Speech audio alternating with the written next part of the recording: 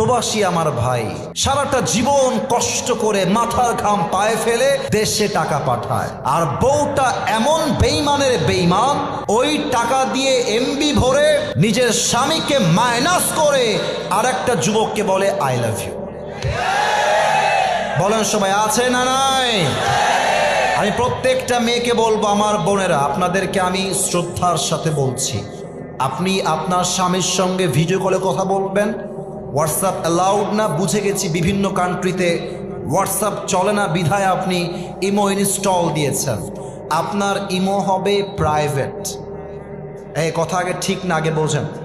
আপনার ইমো হবে private. Unknown কোনো পারসন আপনাকে কল দিতে পারবে না, কোনো ইমো গ্রুপে অ্যাড দিতে পারবে না, কোনো আননোন পারসন আপনাকে চাইলে ভিডিও কলে কন্ট্যাক্ট করতে পারবে না। এমন ইমো আপনাকে প্রাইভেসি মেনটেন করতে হবে।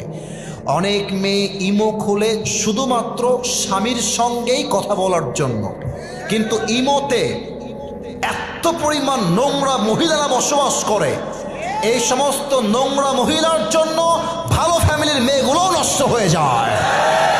তাই মেয়েদেরকে বলবো, যাদের স্বামী আছে প্রবাসে, আপনার ইমোতে একটাই ফ্রেন্ড থাকবে, একজন অ্যাড থাকবে, and he should be your husband and nobody else. ঠিক কিনা বলে?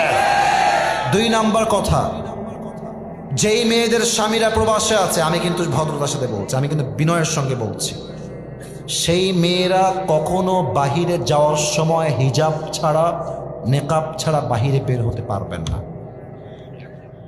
কথা ঠিক আছে কিনা বলেন আপনারা?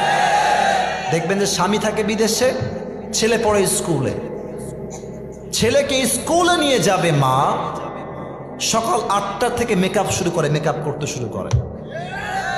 2 ঘন্টা মেকআপ করে যখন রাস্তা দিয়ে হেঁটে যায়, হাজার হাজার যুবকের ঈমান এবং চরিত্র দুইটাই নষ্ট হয়ে যায়। আমার প্রিয় বোন, আপনি যখন আপনার মেকআপ দিয়ে স্বামীকে বাদ দিয়ে পরপুরুষকে সুখী করেন আর খুশি করেন, মনে রাখবেন এইটা স্বামীর সঙ্গে স্পষ্ট বেঈমানি আর গাদ্দারি ছাড়া কিছুই হতে পারে না। আর যারা প্রবাসে গিয়েছেন, প্রবাসে যারা আছেন স্বামীরা, আপনাদেরকে বলবো, আপনার বউ যদি বলে তুমি না আসলে আমার চরিত্র ঠিক থাকবে না, তুমি চলে আসো, আমি আপনাকে হাদিস দিয়ে বলছি, আপনি আসতে বাধ্য, আপনাকে আসতে হবে। এর কারণ কি ঠিক না, আগে বোঝেন, আগে বোঝেন কারণটা কি। কারণ যেই ইনকাম করতে গিয়ে আমার বউয়ের চরিত্র নষ্ট হবে, সতীত্ব নষ্ট হবে, ওই